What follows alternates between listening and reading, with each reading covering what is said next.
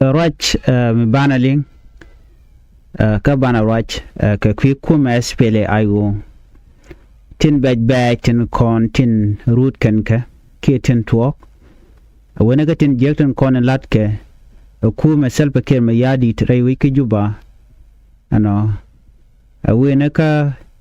ta doctor machar te rete gen ka jamo ano kan mandana rot ke yena tinel perino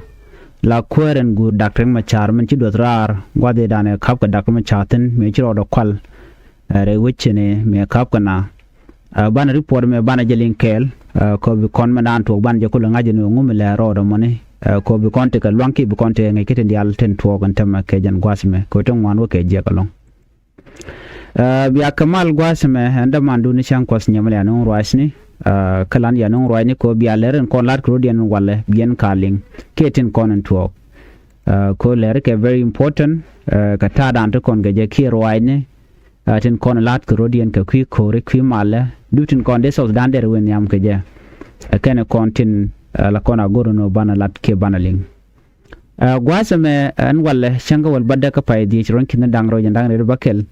na ban rach eno katin kon te lorodian ke wo de ling ke de ngaje no ko nguni ana biarun chu palping ke liang dien ko tandien gor ko no bu kon ke ling ogwa ko dob dande kon ngai ke je no ngum tuok ngum nong diere re ka so sudan ke jen gwasme ana wanaten ne ka gwase dan ba dakre machar ba di kule yen re wich ke juba kuumɛ spele ayo charden committee wo biken mal biken jata wana re wich ke so sudan ci dakra machar ci tegde let ke dial man tega je ci las ko de so dan der tega mal ci gu jeno me kan ro sacrifice re ti diality tel mal medeben ka ci kuumɛ ke ne dial kon la citizen re ka so dan ci mal ci deben ka ke cho jadi den to kon walle re wich ka juba ke re wich ka so sudan ke liu ko en so sudan ke liu ka jan gwasme tel mo gwam ritin teni chwere de liu na ne chang liu na ka buat liu na ka kori jenen yena mo dur dial tam chika wat ka kwi ko tel mi shalamal jen chaneno kwal ka ok kwal ka gat ana gwad chi weteno chegwa situation chegwa re wich ka so dan kelio karama dana tni amre ring ne dialati melerik dialati ne self kir mayardit kan je kwara ngod gwana mo kan network medan dak ma cha che order yal kan wo ba so sudan ba je liberate nyok de so sudan der chonkar wade de re yal konte la obstacle ke te chiro den lwangan wo de las le de kalat men ya me che propose ke me chala den dr riek machar chala do ne so sudan ken yam gor jeno ba sidi de baje gar karam shell na ma kel mi dar machar je propose ne wal kan dial kan na talk che nya roj bo ko kor gade dan me cha independent me cha de ngun che la do ne na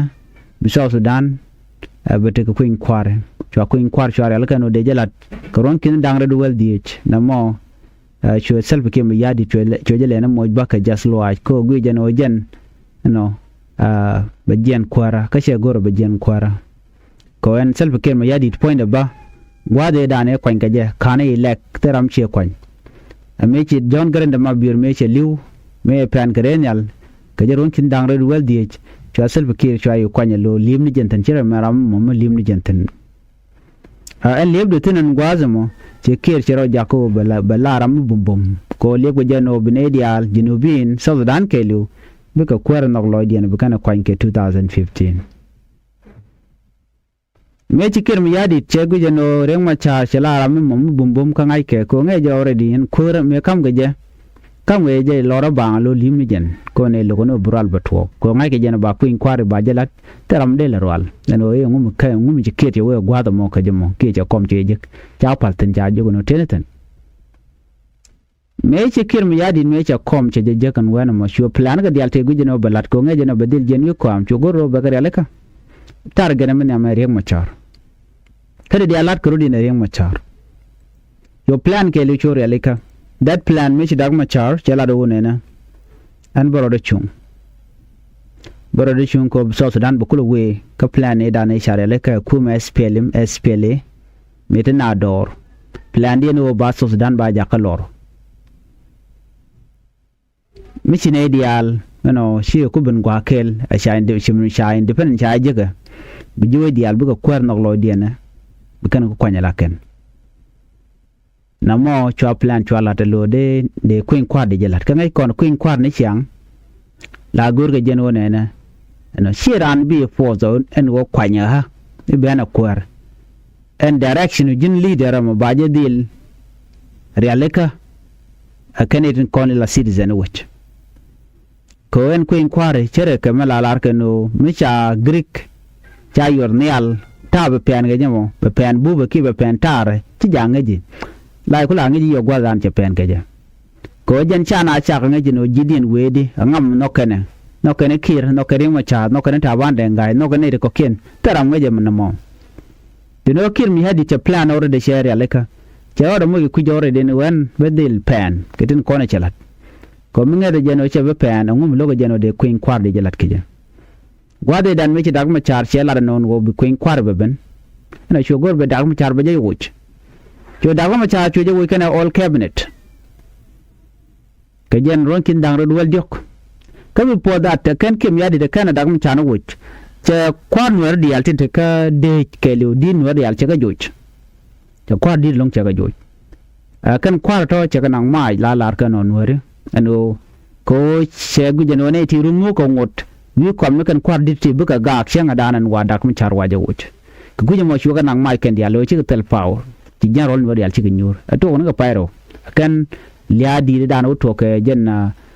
chang wo den chang bakal ka pai waro ron kin dar wel dio ka ken ben ko jen the same year na shu kin yadi do plan yo real kam ngai je no membu to kiir do alla ka ko kuin kware me je dag machar che jo chen den cho gor ko ba jo yen we dag machar we yen ko men yam che ku wo tre kware che reng machar che we re kware chao nga je no reng machar che la ram te mi ta jo che o gwa te le taram chirwal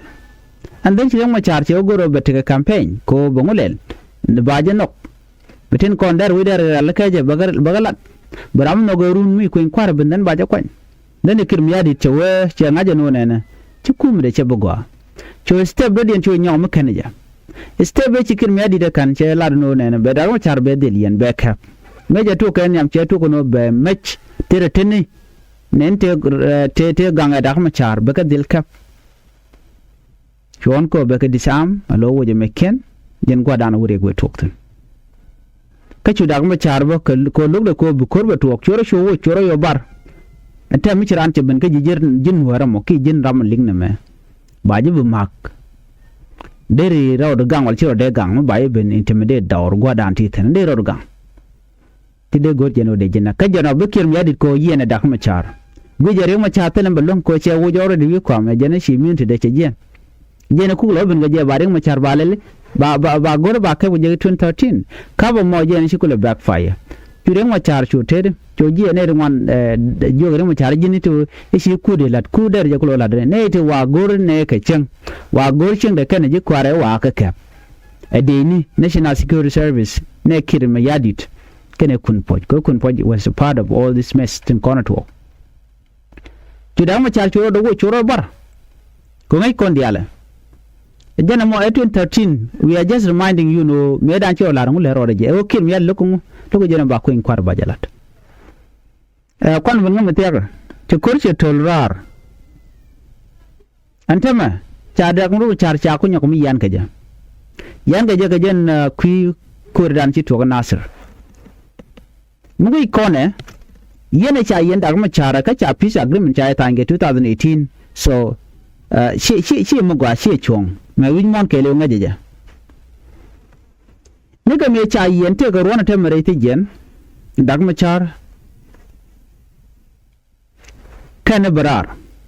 tabi da batal malada beni jen liba manana balad win mon dag ma char kan yen karwara cha yen kan Nuer ko kien dang baro ka cha ne ko kien ba cha ga yen Nuer ko kien tel jor mi cha yen gwadam cha target ni point Nuer ko dien kan ko ne kuumɛ dag ma char te jor te ketan ati ji ko tiraten te jang tan en tegeten dino cha kem Nuer no general kan kab ja kab ko mo jen kwal cholo na me siasa ki politik dino Nuer ko ken chikane nen te kel ke kem yadit bi ken riek machar ejen pen ko bu ko woniam ki ken no bu la target run changa danan ci dag machar chel chela no more mi cha ja wuch mi ci ker me jari che long la to ko no be ki be dag machar be ja wuch yene cha ko yen dag machar ko changa je no ci ker mi yadit je dor chele lore de amani je lugu dan luga tamere yuki juba ci mon ti ngaje no malat ke kir siasa ki politik ja jian ka ta dan de mal dar wen yam goje and then ci international community ci ko benyal ken ko laro wonene president self ke me yadit gor yeno bi dar ma char bi luñ ken all political leader ko ken ko ne chayen bi ko luñ bi awere mal ka ko entame ci tegarwon ci aspira yo ci long mu ko destroy ke ku yar ko janta dan let ken yadit jene bana cha palta mi by the way ko win mon mu ci bela gu jeno ramo take chong but tele mi ci ken yadit kan tan mi la chang man chen wore nak mo do take resistant tetan medit so cha self ke me yadit ku jogano jina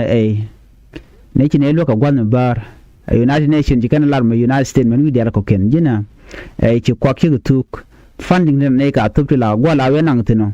ci jen ta danen men kam ne ke ji ke je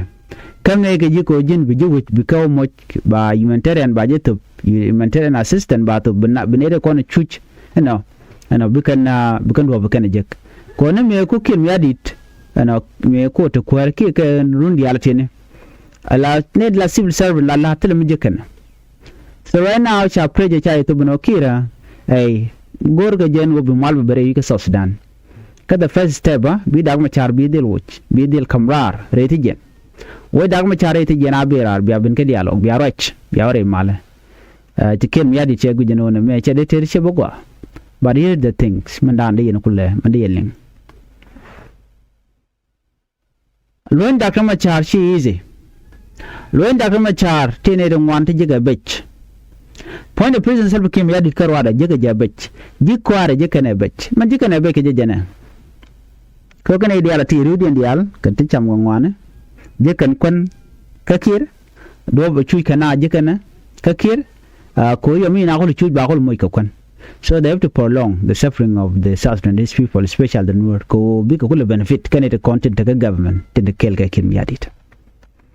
and then cha self kim yadi ajono lunya neme cha baje midi cheno me cha la international community United States she Canada Continental government workers ke official tin la senior government official ka pinkem yadit me cha la do she ka sanction what happened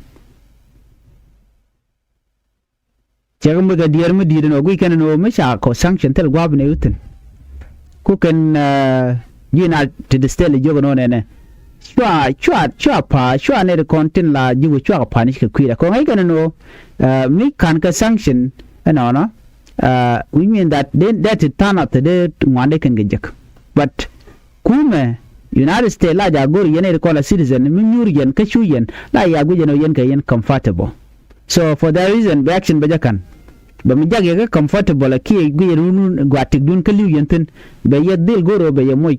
ka punishment and then cha sanction cha jalat and sanction me ka ngane ba fa kono to ku ma spela ayo che ba fa ko je spela ayo tan mu kan gorar akane de kono ku mala gor ne de ba fa ka kum kirmi yadit ko kwak de al kono kwalkan gare ke South Sudan ke jiba na karar so ba seniken ba ka caption ba visa ne kele kana jelga je wuga win ko ken ba ka caption United States ba na mena ba gad ken ji maradien di ala kono tarar be ka moy kangu ba moy kare ka restriction especially gad ken la student mane di ala ko ken kono lawe dong wi ka jal wi kangu ba ga yar kan dial so che pe ka kel karwade so ne me jekane be jel mu ko laro no sha ko de panish kel ka weda kala ken no melad yene to che gwa so imagine ne laden go melad United States mi je kirmen chala de sam kun poj laro jeno ngum nang United States anta danan tene ke je internal conflict tel nang United States ka ta dan chelat ke je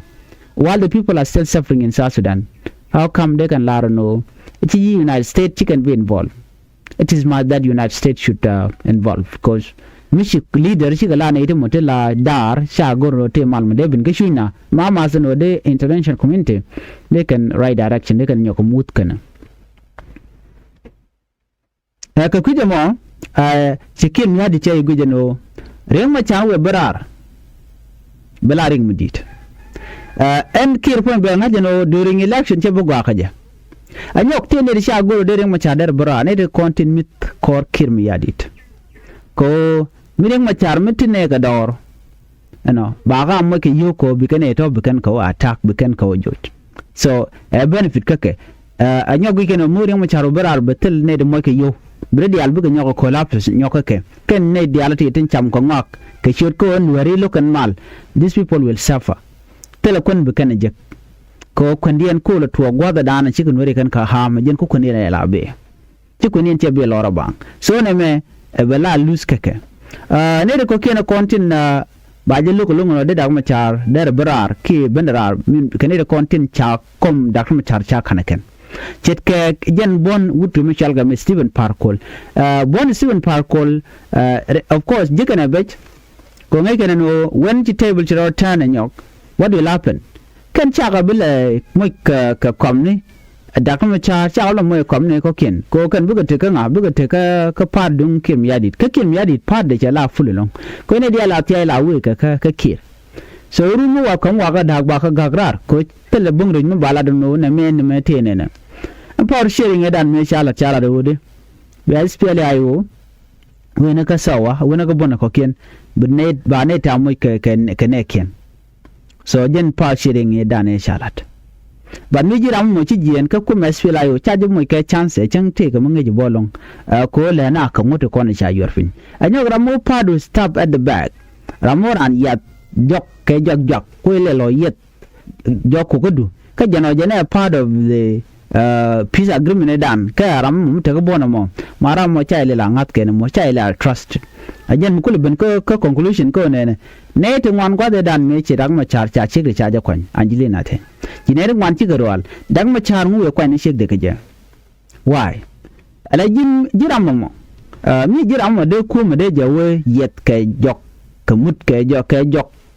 alo brand bi lo pere ka jok de imagine you should not be trusted chai de trusted ka comedy chai de trusted for anything something good mo dong de na de ka serve ko jin mi chai de ngat ka motor mi ndar mi di chai de ngat ka ja so ne de mala na we ji ka ke jok wi na yet ke jok ma yen chi yen serve ko de mo ka position dit anana so dag ma cha nga jama nan lede nga jaram dana lu yel ke je anga mo de len ni check de ko dong der no mo der je anyok godo ko nga natin shiga ne ideal you know de jogo no ne reunion to one ana la gbe gini la kam ne ji kom lo bang mi ai kwa nga ge ji kam ka kom bang no to voting teten la na nyur mi na nyur yo baram dana gbe kemen gwa ba kwan okay ba kwan mi cha kwan and then bina kulu wo ne am so jan do badan melen ngwana ke je na mone de ne ideal de kan nga je no di te la ramu mo mi de kwan lo bang okay mi de kwan lo bang ba ju no jin tin re kwa me ki len na me ne no mo che de mu tok me dong ran kwan ke ji ko cha je nga je no jin te ka mi ngi mi te mi ngi mu na bu ka lo ka je den ba dil kwan ban mi tel mi ngi cha de mu kwan me dong why ngu de je kwan ke je mo so re reality nyu de jen odi kire jaram dan logo bi malba ben ko nat ko le influence ne ga tame dan me ci kormi to 2013 je te ne gare kok tana jemen chenen kun poch kane dial koken these people chicken they are part of dak machar chicken they are part of Nuer community but kan ko kan wari yes la kan wari so ne me je ba jamat ka jan gwasme ko di ne da ti dier kan long ne siang len kan ne tin konen dong telet ne di long ka kane konen tere kum ka kirmi yadi ko wi kan ore machar we berar joy kake kai tena chirin permission no tere machar berar ko la kut kan siang lel kan mun siang ku dag machar so ta ju dag machar je la go lo kake mi ka reng machar ken lat jor ka reng machar ken ni kut ken ni lel ma telam ba kame kir nyen lanen yaran yo mi ran tie be la dun e pa no mo la dun family ko jin kan mi ka position kana ta ko jin dar mo dong gor mu we ka kaji so jin cham je then from there bi reng machar bi la jor ka je reng machar en ji en che bu jogo no te mi jeng machar la peleje ko ngai ko riek machar tele mi jeng mugoro de to batini ri nyer ke jaga ta dan le ngwane gwa ke je na me agenda ni nyere ke je so kuje moni bana ngaje no di kuma daga machar kum mogwa me so dan be nang niam kon ben ka the last la pade kuma spele mayo kan jimon ken konen cha tin cha wuch atin cha removed ko te ne de cha wo ne content ta ka parliament ne jen mani de baro cha ga ju kan ne de to te kel ga te kel ka daga machar kana bonde ne ti kan ko la lo yel ka daga machar ne nin gatin dinu ta ma cha ga ju kan cha ju ja kir mayardit karam dan la do joy kana nga Stephen Parkol gwa de dan me ci daga machar me ci ne ka me ci kan meeting kana boycott ya den week meeting ka ko kan cha ngot cha ga de ger and proposed amendment kan cha ga de ger den ci ne ti ci kan la no ba ga dilu chu Parkol wa che war ga che gor kir tin de kir gwal ci action cha kan cha approved cha ne jen mane baro cha ga ju right now ci kuma spela ayo mala lo yel ka daga machar no shi kana condemn no mone mala concerning issue lung jene ne re kon te kel ga Parkol la de jeno jen ti gwa ta mo ko position ngal ko dung daga machar ka wal chel nin daga machar jen le ren tin kon in we ke je you know ala le de ko create confusion akane re kon te la re yeno dier kan long ko mo re machar bra these people will not gain anything ka pa dung espele mayo ka kan babu ka te dar bone ci ga mutu ka kir ka ci ga mutu ka daga machar don gore mo ka other party mu bukan weten ko jin mi cha trust ka ci ran ci le stop at the back then by dil palwe so ne me jen dan to party dung daga machar men yan ke